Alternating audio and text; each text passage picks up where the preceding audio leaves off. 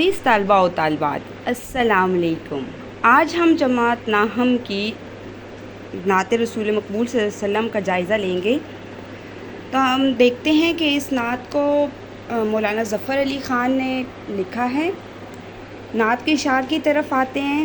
دل جسے زندہ ہے وہ تمنا تم ہی تو ہو، ہم جس میں بس رہے ہیں وہ دنیا تم ہی تو ہو، جو ماں سوا کی حد سے بھی آگے گزر گیا، اے راہ نورد جاوا اسرا تم ہی تو ہو، گرتے ہوں کو تھام لیا جس کے ہاتھ نے، اے تاجدار یثرب وہ بطحہ تم ہی تو ہو، دنیا میں رحمت دو جہاں اور کون ہے، جس کی نہیں نظیر وہ تنہا تم ہی تو ہو، پھوٹا جو سینہ شب تار الست سے، اس نور اولی کا اجالا تم ہی تو ہو، جلتے ہیں جبرائیل کے پر جس مقام پر، اس کی حقیقتوں کے شناسا تم ہی تو ہو۔ عزیز طالبہ و طالبات، جیسا کہ آپ کو پتہ ہے کہ حمد میں اللہ تعالیٰ کی تعریف کی جاتی ہے، اور وہ نظم جس میں حضرت محمد صلی اللہ علیہ وسلم کی تعریف کی جائے اسے نعت کہتے ہیں۔ شعر نمبر 1 کی تشریح دیکھتے ہیں ہم۔ شعر نمبر 1 کی طرف آتے ہیں۔ دل جس سے زندہ ہے وہ تمنا تم ہی تو ہو، ہم جس میں بس رہے ہیں وہ دنیا تم ہی تو ہو۔ یہ جو شعر ہے، یہ سب سے پہلے جب آپ کو اگر کسی نعت میں سے تشریح آ جاتی ہے تو سب سے پہلے آپ نے ہمیشہ حوالہ متن لکھنا ہے۔ یہ شعر نعت سے لیے گئے ہیں، جس کے شاعر کا نام کیا ہے؟ ظفر علی خان۔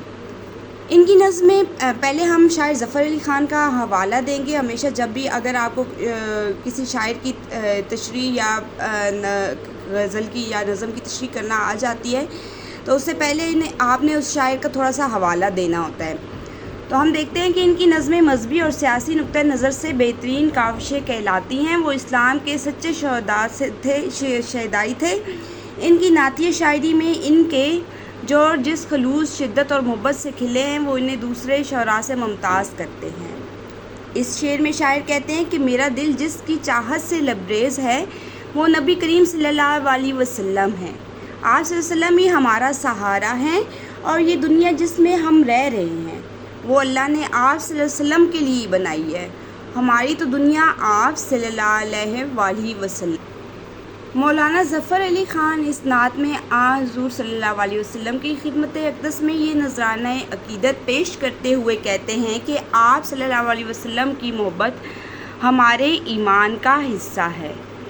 اگر یہ محبت دل میں جاگزی نہ ہو تو یہ زندگی بیکار اور بے معنی ہو جاتی ہے۔ آپ صلی اللہ علیہ وسلم کی ذات مبارکہ ہمارا سب سے بڑا سہارا ہے۔ حضور صلی اللہ علیہ وسلم کی سچی محبت کے بغیر کوئی مومن ہو ہی نہیں سکتا۔ آپ صلی اللہ علیہ وسلم نے دنیا کو اسلام کے نور سے منور کر دیا اور اللہ کے احکامات کے مطابق بہترین نظام زندگی قائم کیا، جس پر چل کر دنیا امن و آشتی کا گہوارہ بن گئی۔ آپ صلی اللہ علیہ وسلم ہی کی بدولت یہ کائنات آباد ہے۔ ہم آپ صلی اللہ علیہ وسلم کی محبت میں رہ رہے ہیں، یعنی آپ صلی اللہ علیہ وسلم کی ذات مبارکہ ہی ہماری زندگی کا مرکز و محور ہے۔ تو یہاں شاعر ظفر علی خان کی مراد یہ ہے کہ یہ جو دنیا جس میں ہم رہ رہے ہیں اس میں ہمیں آپ ہی کی تمنا ہے، اور اس میں جو ہم بس رہے ہیں دنیا میں، اس میں ہماری تمنا صرف آپ ہی ہو۔ ہماری تمنا کا، ہماری خواہشوں کا مرکز و محور صرف آپ ہی ہے۔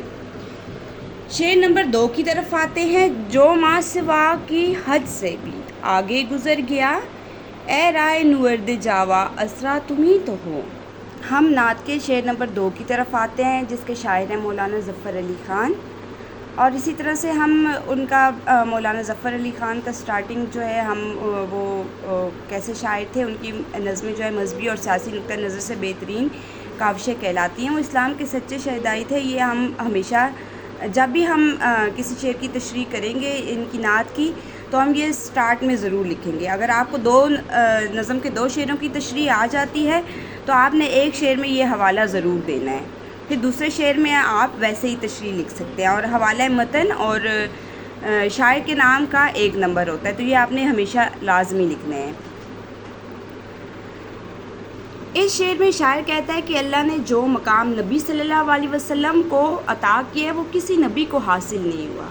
اللہ کے بعد سب سے بڑا مرتبہ سید الاولین و آخرین حضرت محمد صلی اللہ علیہ وسلم کا ہے۔ اللہ تعالیٰ نے جس قدر غیب کی باتیں آپ صلی اللہ علیہ وسلم کو بتائی ہیں، ان تمام چیزوں کے آپ صلی اللہ علیہ وسلم ہی جاننے والے تھے۔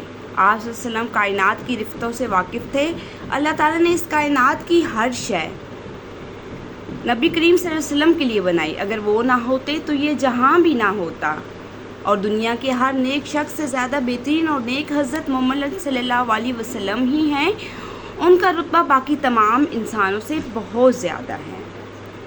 اس شعر میں شاعر اس حقیقت کی طرف اشارہ کرتا ہے کہ حضور اکرم صلی اللہ علیہ وسلم وجہ تخلیق کائنات ہے، یعنی کہ اللہ تعالیٰ نے جو کائنات بنائی ہے وہ حضرت محمد صلی اللہ علیہ وسلم کی محبت میں بنائی۔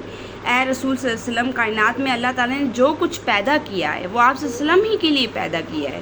تمام وجوہات کی پہلی وجہ آپ صلی اللہ علیہ وسلم ہی کی ذات بابرکات ہے۔ اس کائنات کا مقصد یہ ہے کہ آپ صلی اللہ علیہ وسلم کو پیدا کرنا مقصود تھا۔ اللہ تعالیٰ نے انسانوں میں سب سے زیادہ افضل آپ صلی اللہ علیہ وسلم کی ذات بنائی ہے، اور یہ وہی تو محبت تھی کہ اللہ تعالیٰ نے حضرت محمد صلی اللہ علیہ وسلم کو عرش بری پر بلا کر ان کی زندگی میں ہی عرش بری کی سیر کروائی تھی۔ عزیز طلباء و طالبات، ہم نعت کے تیسرے شعر کی طرف آتے ہیں۔ گرتے ہوں کو تھام لیا جس کے ہاتھ نے، اے تاجدار یثرب وہ بتا تمہیں تو۔ اب تاجدار یثرب سے مراد ہے حضرت محمد صلی اللہ علیہ وسلم۔ اس شعر میں شاعر کہتا ہے کہ نبی کریم صلی اللہ علیہ وسلم کی ذات رحیم و کریم ہے۔ آپ صلی اللہ علیہ وسلم نہایت رحم دل تھے۔ آپ صلی اللہ علیہ وسلم ہمیشہ ضرورت مند اور دکھی لوگوں کی مدد کرتے تھے۔ آپ صلی اللہ علیہ وسلم نے کبھی کسی جائز کام سے انکار نہیں کیا۔ آپ صلی اللہ علیہ وسلم مکہ اور مدینہ کے تاجدار ہیں۔ دنیا کی سب رونق آپ صلی اللہ علیہ وسلم سے ہی ہے، اور آپ صلی اللہ علیہ وسلم ہی دو جہاں کے سردار ہیں۔ آپ صلی اللہ علیہ وسلم کی ذات بابرکات اس کائنات کی تخلیق کا مقصد ہے۔ اللہ تعالیٰ نے انسانوں میں سب سے افضل آپ صلی اللہ علیہ وسلم کی ذات ہی بنائی ہے، تو آپ صلی اللہ علیہ وسلم نے ہمیشہ دکھی انسانوں کی مدد کی، گرتوں کو تھام لیا۔ اور وہ جو ہیں وہ کون ہیں جنہوں نے سب کی مدد کی، غریبوں کا سہارا بنے؟ وہ آپ صلی اللہ علیہ وسلم ہی ہیں۔